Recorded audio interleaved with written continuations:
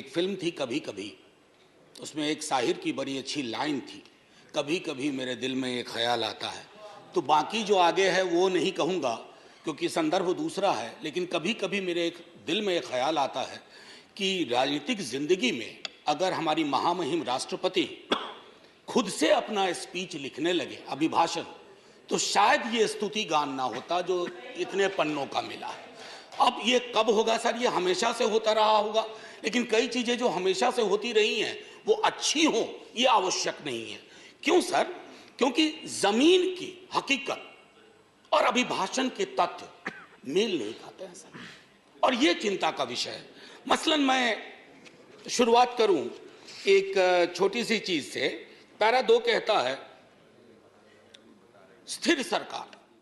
अरे समाज अस्थिर है तो स्थिर सरकार का क्या करें? उस ऑर्केस्ट्रा में जाकर के हम भी गाना गाएं? समाज में अस्थिरता के लक्षण जहां चले जाइए, क्षेत्रीय आधार पर, धर्म के आधार पर, जातिगत विषमता के आधार पर इतनी अस्थिरता है और हम स्थिर सरकार का महिमा मंडन करें। सर, स्थिर सरकार वो होती है जो समाज में अस्थिरता पैदा ना होने दे। यहां उल्टा मामला है, ये चिंता का विषय है। इसकी अभिव्यक्ति माननीय राष्ट्रपति महोदया के अभिभाषण में नहीं होती है। सर, 370 का जिक्र आया। 370 के जिक्र को मैं, धन्यवाद सभापति महोदय, 370 के जिक्र को मैं थोड़ा चाहता हूं कि एक व्यापक कैनवास पे लें। आजकल ऑथेंटिकेशन की बहुत बात होती है। सर, मैं पूरी की पूरी किताब लेके आया हूं, कश्मीर आफ्टर 370, अनुराधा भसीन जी ने लिखी है, कश्मीर टाइम्स की एडिटर रही हैं। सर, लगातार खबरें आ रही हैं, आप कहते हैं कि नॉर्मैलिसी है। सर, दिल्ली के दरबार से नॉर्मैलिसी बोलना और कश्मीर में जाकर के उस नॉर्मैलिसी को महसूस करना, इसमें बहुत बड़ा फर्क है। सर, महीनों से वहां बुलडोजर चलाए जा रहे हैं, कहा जा रहा है सरकारी जमीन से अतिक्रमण घट रहा है, लेकिन सर लोगों के घर तोड़े जा रहे हैं बिना नोटिस के। मैं बार बार कहता हूं माननीय सभापति महोदय आपके माध्यम से, सर कश्मीर को जमीन का टुकड़ा ना समझा जाए। जिंदा लोग बसते हैं। जब तक कश्मीरियों का दिल नहीं जीतोगे, कश्मीर का दिल कभी नहीं जीत पाओगे, चाहे आप लाख कोशिश कर लें। सर, भ्रष्टाचार के बारे में भी कहा गया। तो सर, मैं तो सोच के आया था कि ऐसी कोई बात ही नहीं बोलूंगा। अचानक आपको देखा और आप आए, बीच में प्रवेश की, एक कहानी याद आई। एक राजा को तोतों का बड़ा शौक था, कारोबारी तोते रखते थे राजा साहब, तोते का बड़ा शौक था। नहीं, आप बताइए, मुझे देखते ही आपको भ्रष्टाचार की क्यों याद आ गई? नहीं सर, भ्रष्टाचार की नहीं, राजा की याद आ गई। इसको क्लैरिफाई कीजिए। सर, राजा की याद आई।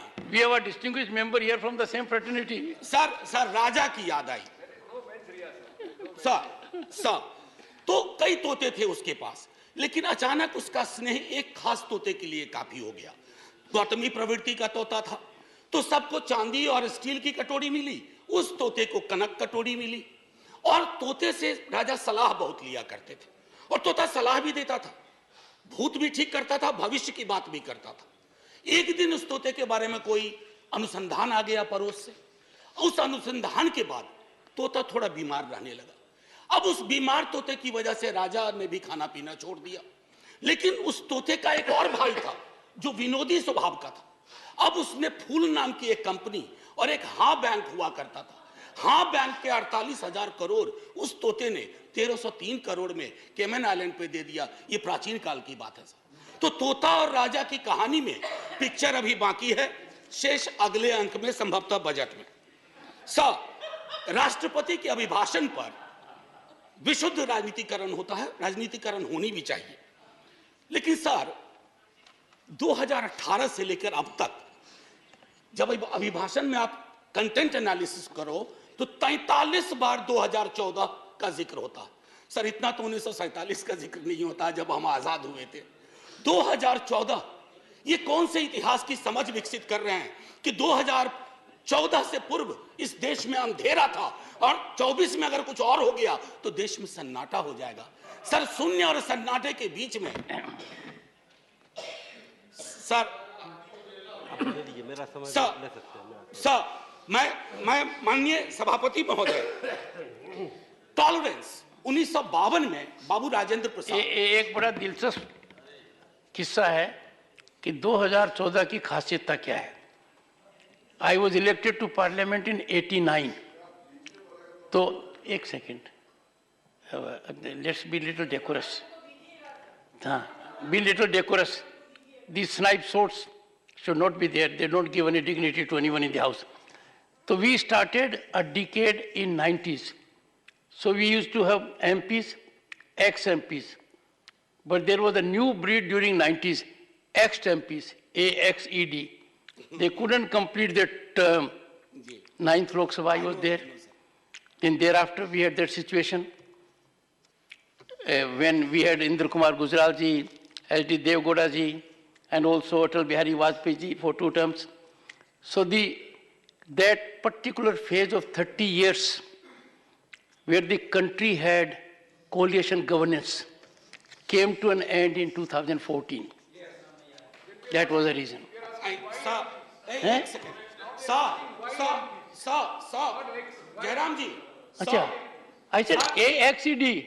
सर, माननीय सभापति महोदय, मेरे वक्त वैसे भी हम लोगों का अच्छा वक्त नहीं चल रहा है, तो मेरे वक्त में 2 मिनट का इजाफा कर दीजिएगा। एक स्पीकर हमारे और होंगे, संभव उनका कट जाएगा। सर प्लीज, मैं क्यों कह रहा था, आप मेरे भावार्थ को नहीं समझे। 2014 सर, इतिहास बोध 2014 से नहीं होगा। फिर क्या कहेंगे 47 में? हम पहली आजादी की वर्षगांठ हमने 48 में मनाई थी सर, तब तक बापू को खो चुके थे। हाँ, आज 75वें वर्ष में इस तथाकथित अमृतकाल में मैं ये देख रहा हूं कि गांधी की हत्या करने वालों का महिमा मंडन हो जाता है। ये भी है, ये है। इसके लिए 2014 चिंता का विषय था और कोई नहीं। प्रधानमंत्री डेमोक्रेटिकली इलेक्टेड हुए, कौन विरोध करेगा? लेकिन डेमोक्रेसी में कई एनोमलीज आ रही हैं, विसंगतियां आ रही हैं, उनका जिक्र ना करूं तो पार्लियामेंट फिर किस बात की? सर, राजेंद्र बाबू तक टॉलरेंस की बड़ी बात हुई, उनसे लेकर के सहिष्णुता की बात हुई। अब सहिष्णुता शब्द गायब है अभिभाषण से। क्या नहीं चाहिए हमें सहिष्णुता? क्या हम नहीं देख रहे हैं कि हमारे समाज में कटीली दीवारें लगाई जा रही है कौमों के बीच में? बुलडोजर प्रतीक बनता जा रहा उत्पीड़न का, माइनॉरिटी राइट्स के हनन का। ऐसे दौर में सर, ऐसे दौर में टॉलरेंस शब्द का बार बार उठान होना, बयान होना यह आवश्यक था। टॉलरेंस शब्द को दूर करके you are appearing basically as an intolerant government which is not in the grain of Indian democracy. Agniveer का जिक्र हुआ सर। अग्निवीर, कभी युवाओं से पूछिए कि पूरी जिंदगी जो तुम ये तैयारी कर रहे हो सिर्फ 4 वर्ष के लिए। सर हम सब, मैं नौकरी में हूं सर, मैं नौकरी में हूं, इसलिए सामाजिक सुरक्षा पेंशन की गारंटी है सर, गारंटी है। ये कौन सा निजाम कर रहे हैं सर इस देश में? मैं जिक्र नहीं करना चाहता हूं कि ये क्या है। ये तो लॉलीपॉप भी नहीं है, ये जहरीला फल है जो समाज में है। कभी उन युवाओं से पूछिएगा कि उनको ये 4 वर्ष वाले आइडिया का वो क्या सोचते हैं। सर, लगातार फॉरेन पॉलिसी पर भी मैं देख रहा हूं अभिभाषण चुप सा होता जा रहा है। फॉरेन पॉलिसी पर बात नहीं होती। सेना की सुप्रीम कमांडर है हमारी राष्ट्रपति जी। सेना के सुप्रीम कमांडर को क्या यह अंदेशा नहीं है कि चाइना के बॉर्डर पर हालात उचित नहीं है? मैं माननीय रक्षा मंत्री के बयानों को सुनता हूं तो चिंता होती है, लेकिन डिनायल है, डिनायल है सरकार की तरफ से। एक पड़ोसी के लिए तो लाल आंख निकाल देते हैं, दूसरे पड़ोसी के नाम पर आप चुप हो जाते हैं। Honorable member, security is a very sensitive subject, and you are a professor. We expect such a subject to be taken up very seriously, and let it not be usual discourse. Go ahead. Sir, I am a student of political science and history. In 1962, when India was at war with China, we had debated that in this parliament. Sir, national security, definition of national security is not the core prerogative of the ruling party. We are equally concerned. और मैं तो कहूंगा कि तराजू उठा लो ना भाई, आविष्कार करवा लो किसके अंदर कितना पेट्रियोटिज्म है, पता चल जाएगा हकीकत क्या है और फसाना क्या है, अफसाना क्या है। ये मैं कहना चाहता था। सर, लगातार बीते वर्षों में अगर मैं कहूं फिलिस्तीन का जिक्र हुआ करता था। हमारे सारे प्रेसिडेंट वाजपेयी जी के टाइम तक फिलिस्तीन पे चुप हो गए। काहे को? क्या वजह है? क्या हम अपनी विदेश नीति में ये ताकत नहीं पैदा कर सकते कि operates community anywhere is are will shall have our concern? कितना बदल गए हम सर। मैं जानता हूं हिंदुस्तान के नजरिए से देखिए, लेकिन हिंदुस्तान की नजर मत बदलवाइए। जो 47 में नींव रखी थी गई थी, उस नींव को मत हिलाइए। उस नींव को हिला दीजिएगा तो पार्लियामेंट की बिल्डिंग भी ढा ढा के गिर जाएगी। ये चिंता का विषय है सर। जुडिशियरी, उसके बारे में भी जिक्र था। जुडिशियरी पर आजकल मैं देख रहा हूं 2 चम्मच सुबह 2 चम्मच शाम के हिसाब से बयान आते रहते हैं सरकार की ओर से। साहब हम सब जानते हैं कि जुडिशियरी में रिप्रेजेंटेशन होना चाहिए। हमारा दल राष्ट्रीय जनता दल और हमारे नेता लगातार कहते रहे कि वंचित समाज SC ST OBC का जब तक प्रतिनिधित्व नहीं होगा, न्यायपालिका और न्यायालय दूर रहेंगे हमसे। लेकिन सर मामला अब बेसिक स्ट्रक्चर पर आ गया और बयान ऐसे आ रहे हैं जिनको न मौलिक की समझ न संरचना की समझ।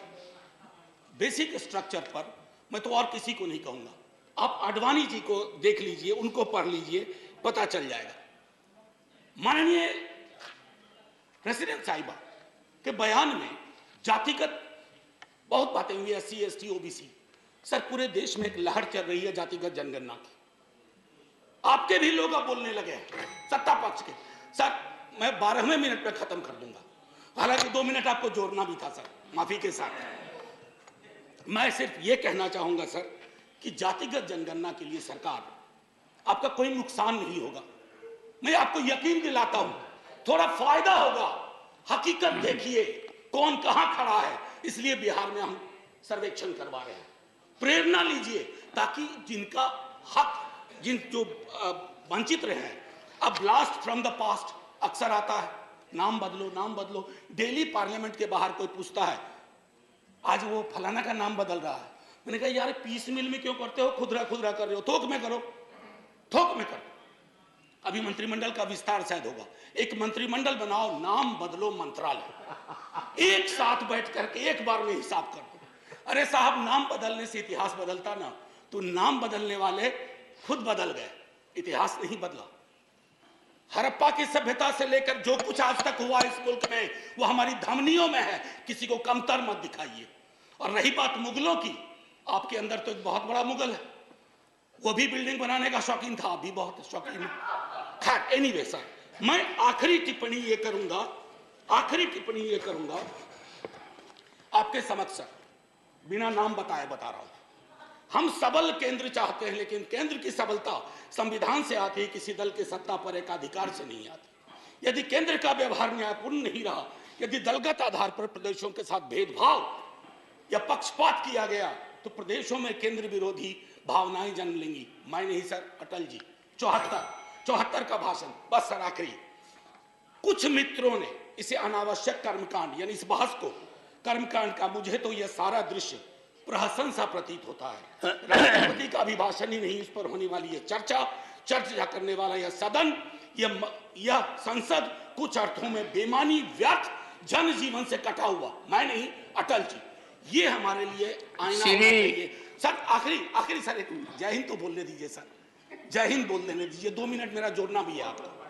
सर मैं सिर्फ ये कहूंगा, जय हिंद बोलने से पहले सर ये अवसर होते हैं, सदन में जितने लोग हैं मैं सबका शुक्रिया अदा करता हूं, लेकिन लोकतंत्र नहीं बचेगा ना सर, तो सिर्फ अगर तंत्र बच गया तो कुछ बचेगा नहीं। जय हिंद सर, शुक्रिया बहुत बहुत। और आपके मन में कभी कभी ख्याल आता है, वो बाकी चेंबर में बताइए। जी सर।